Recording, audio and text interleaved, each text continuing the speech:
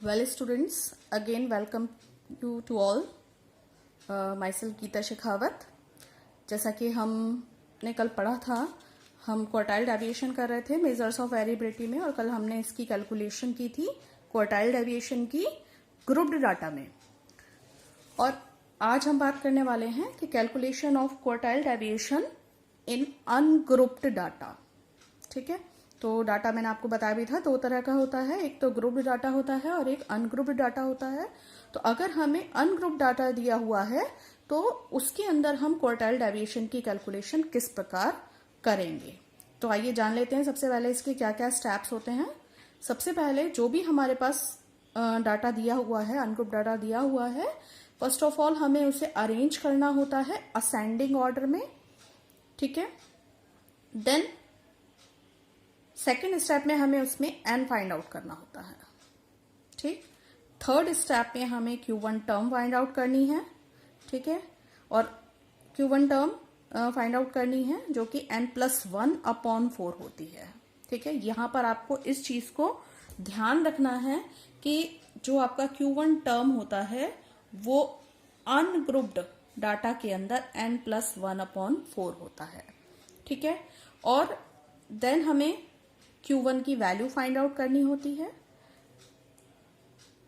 Next step में, fifth step में हम Q3 टर्म फाइंड आउट करेंगे जो कि क्या होती है Q1 टर्म का 3 टाइम्स, यानी 3 और ब्रैकेट पे n+1/4. ठीक है, इसके बाद Q3 की वैल्यू फाइंड आउट करते हैं हम इसी Q3 टर्म के बेसिस पर. देन लास्ट स्टेप में हम Q की वैल्यू फाइंड आउट करते हैं जो कि फॉर्मूला सेम है आपका Q3 - Q1/2. तो चलिए इसका एक क्वेश्चन देख लेते हैं. यहां पर देखिए आपको फाइंड आउट करना है Q from the following data, और यहां पर आपको स्कोर्स दिए गए हैं.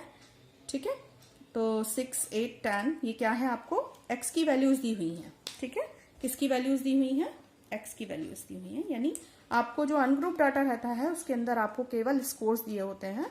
तो आपको जो है सब्जेक्ट के स्कोर्स किसी के भी दिए जा सकते हैं, इंग्लिश, हिंदी, मैथ्स, व्हाटएवर. तो आपको केवल स्कोर्स दिए हुए होंगे. ठीक है, X की वैल्यूज. चलिए इसका सॉल्यूशन देख लेते हैं. तो स्टेप बाय स्टेप चलेंगे इसमें. सबसे पहला स्टेप आ जाता है कि arrange the data in ascending order. तो हम इस डाटा को असेंडिंग ऑर्डर में अरेंज कर लेते हैं. ठीक है, तो सबसे छोटा है इसमें 6, देन 7, देन 8 हो गया, 10, 12, 13, 15, 17, 18, 19 और 21. ठीक है, अब स्टेप 2 आता है. स्टेप 2 में हमें क्या फाइंड आउट करना है, n की वैल्यू. अगर आप देखेंगे तो n की वैल्यू हमें फाइंड आउट करनी है. और यहां पर n क्या होगा कि जितने नंबर ऑफ स्कोर्स हैं हमारे पास. यहां पर अगर आप देखेंगे तो कितने स्कोर हैं ये टोटल, 1, 2, 3, 4, 5, 6, 7, 8, 9, 10, 11. तो जितने ये स्कोर्स होंगे तो n यानी नंबर ऑफ स्टूडेंट्स, यानी कितने नंबर ऑफ स्टूडेंट्स हैं जिनके स्कोर्स दिए हुए हैं. तो n की वैल्यू हमारे पास कितनी हो जाएगी, 11. क्लियर.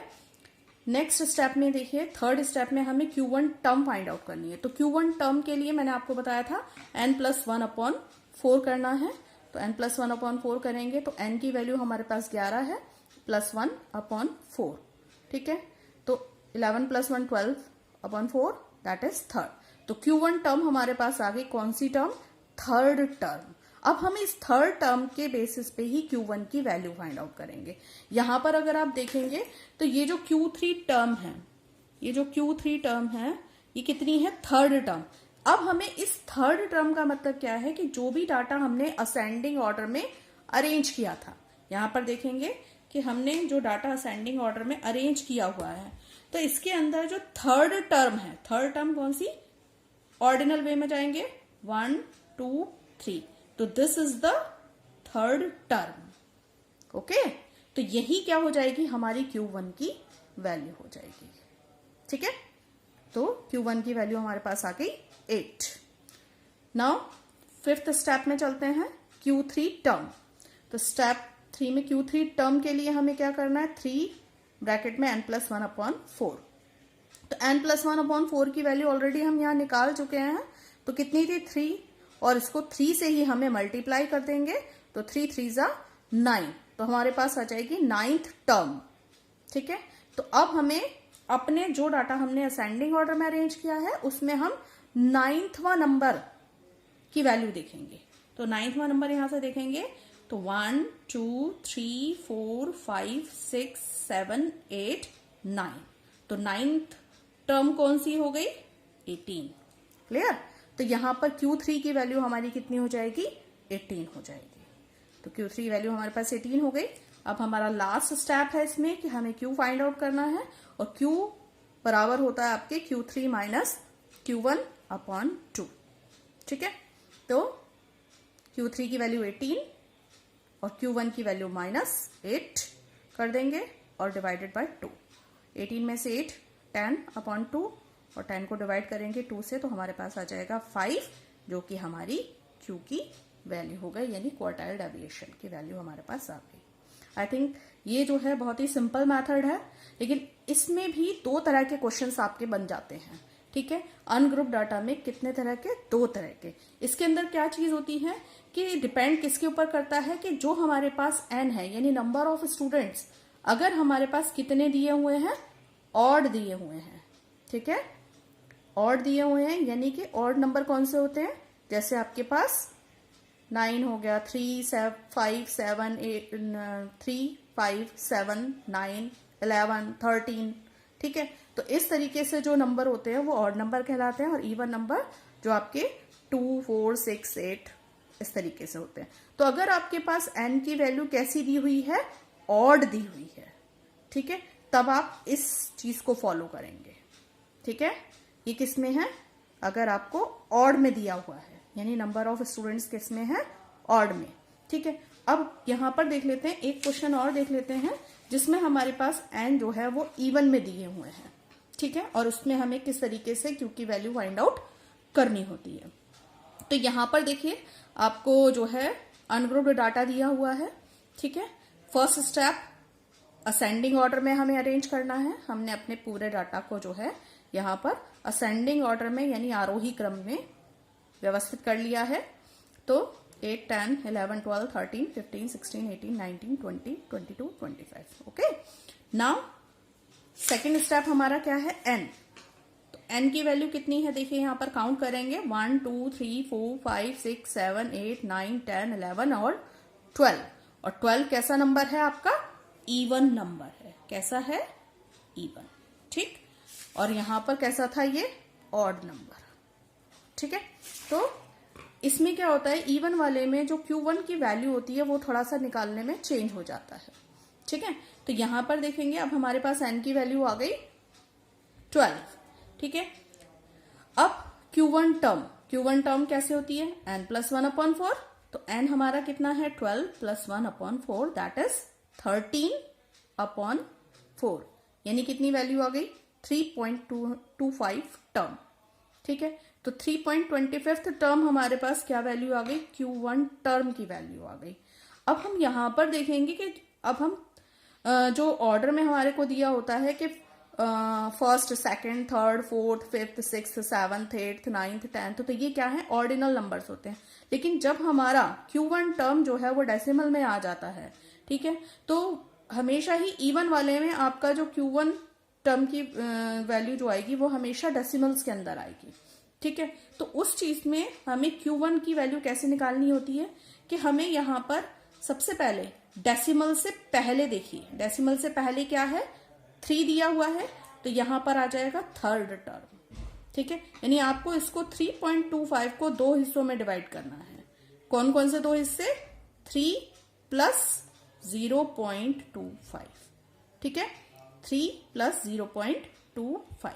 तो यहां पर 3 तो क्या हो गया? Third term plus 0.25। अब ये 0.25 किसका लेना है हमें यहाँ पर? कि ये जो 3.25 है, ये 3.25 यानी क्या है? किसके बीच में आएगा? फोर्थ और थर्ड टर्म के बीच में। किसके बीच में? ये जो वैल्यू है आपकी 3.25, ठीक है, ये जो 3.25 वैल्यू है ये किसके बीच की वैल्यू है? 3 और 4 के बीच की। ठीक है, तो यहां पर यानी 3 से ज्यादा है और 4 से कम है। ठीक है, तो यहां पर हम 0.25 किसका लेना होता है? यहां पर हमें कि फोर्थ टर्म में से हम माइनस कर देते हैं थर्ड टर्म को। क्लियर? ठीक है, तो फोर्थ टर्म में से माइनस थर्ड टर्म। ठीक, तो यहां पर आप देखिए थर्ड टर्म, तो थर्ड टर्म हम यहां पर देखेंगे तो 1 2 3, तो थर्ड टर्म हमारी क्या हो गई 11। कौन सी हो गई 11, तो यहां थर्ड टर्म के नीचे हमने 11 लिख दिया। ठीक है, अब प्लस का साइन है, प्लस लगाएंगे 0.25, तो 0.25 लगाएंगे। देन ब्रैकेट में फोर्थ टर्म, तो फोर्थ टर्म यहां पर कौन सी है 12, तो 12 माइनस थर्ड टर्म आपकी 11 होगी 11। ठीक है, फिर अगेन यहां पर 11 के नीचे 11 प्लस 0.25, क्योंकि पहले हम क्या करेंगे ब्रैकेट सॉल्व। ओके, तो 12 माइनस 11 1 हो गया, तो 0.25 1 जा 0.25 ही हो जाएगा, तो 11 प्लस 0.25 दैट इज Q1 की वैल्यू कितनी आ गई 11.25। ठीक है, तो ये हमारे पास Q1 की वैल्यू आ गई। अब हम स्टेप 5 में चलेंगे। स्टेप 5 में हमें Q3 टर्म निकालनी है, तो 3 n+1/4, तो 3 को मल्टीप्लाई कर देंगे। इस n+1/4 की वैल्यू हमारे पास कितनी आ गई थी 3.25, तो 3.25 से इसको मल्टीप्लाई करेंगे तो Q3 टर्म की वैल्यू हमारे पास आ जाएगी 9.75 टर्म। ठीक है, कितनी आ गई 9.75 टर्म। अब ये जो 9.75 है, तो 9.75 किसके बीच में लाई करेगा 9 से ज्यादा लेकिन 10 से कम, तो यानी किस किस के बीच में 9 से 10 के बीच में। ठीक है, तो अब यहां पर देखिए तो Q3 वैल्यू निकालेंगे, तो 9th टर्म इसको दो पार्ट्स में यहां डिवाइड कर लेंगे, 9 प्लस 0.75, तो 9th प्लस 0.75, तो 0.75 किसका 10 माइनस 9, यानी 10th टर्म में से माइनस कर देंगे 9th टर्म को। क्लियर? अब यहां पर देखिए 9th टर्म हमारी क्या है, तो 9th टर्म के लिए हम यहां पर देखेंगे 1 2 3 4 5 6 7 8 9, तो 9th टर्म हमारी क्या हो गई 19। ठीक है, तो यहां पर हम लिख लेंगे 19 प्लस 0.75, और 10th टर्म में से माइनस करना है हमें 9th टर्म को, तो 10th टर्म में कौन सी हमारी 20। ठीक है, तो 20 लिख दिया, माइनस का साइन है, 9th टर्म हमारी ऑलरेडी 19 है, तो 19 लिख देंगे। Then 19 as it is plus 0.75 into 20 में से 19 गया 1 बचा, तो 1 से मल्टीप्लाई, तो 0.75 इंटू 1 तो 0.75, तो 19 प्लस 0.75 कितना हो जाएगा 19.75, तो ये हमारे पास आ गई Q3 की वैल्यू। ठीक है, नाउ लास्ट स्टेप में हमें Q की वैल्यू निकालनी है, which is equal to Q3 minus Q1/2, तो Q3 की वैल्यू हमारे पास 19.75 माइनस 11.25, और इसको डिवाइड कर देंगे हम किससे 2 से। ठीक है, इसको हम डिवाइड कर देंगे 2 से, तो हमारे पास क्या आ जाएगा 8.50। ठीक है, और डिवाइडेड बाय 2, और इसको 8.50 को 2 से डिवाइड करेंगे तो 4.25, तो ये हमारे पास Q की वैल्यू आ गई, जो कि हमारा आंसर है। इट मीन्स क्वार्टाइल डेविएशन कितना हो गया 4.25। ठीक है, तो इसके अंदर हमें दो चीजों का ध्यान रखना है। जब हमारे पास डाटा जो है वो कैसा होता है अनग्रुप्ड होता है, अनऑर्गेनाइज होता है, तो उस केस में हमें ये ध्यान रखना है कि हमारा n अगर ऑड है तो कोई दिक्कत ही नहीं है, तब तो सिंपली हो जाएगा। लेकिन अगर हमारा नंबर ऑफ स्टूडेंट्स क्या है इवन है, तो उसमें हमें यहां पर Q1 की वैल्यू निकालते वक्त इस चीज का ध्यान रखना पड़ेगा। ठीक है, अब आप कहेंगे कि भाई यहां पर सपोज कि 0.25 था, तो हम तो सीधा यहां पर थर्ड की वैल्यू आ गई 11 और 0.25 यहां सीधा लिख दो। लेकिन वो कब आता है जब आपके यहां पर अगर हम देखें तो 11 के बाद सीधा 12 है, 19 के बाद 20 है। हो सकता है कि जो आपकी फोर्थ टर्म है वो 12 ना होकर यहाँ पर 15 होती, सपोज 12 और 13 इस सीरीज में होते ही नहीं, तो यहाँ पर डिफरेंस कितने का आ जाता आपका 4 का डिफरेंस आ जाता, तो ये वैल्यू आपकी यहाँ पर कुछ चेंज हो जाती। ठीक है, तो आपको ऐसा नहीं करना है कि यहाँ पर सीधा थर्ड टर्म देखें और 0.25 है तो सीधा 0.25 लिख दिया। ठीक है, तो इस तरीके से आप इसको सॉर्ट आउट करेंगे इवन वाले में भी और ऑड वाले में भी। ठीक है, तो वीडियो आपको कैसा लगा अपने कमेंट बॉक्स में मुझे जरूर बताएं। Thank you, have a nice day.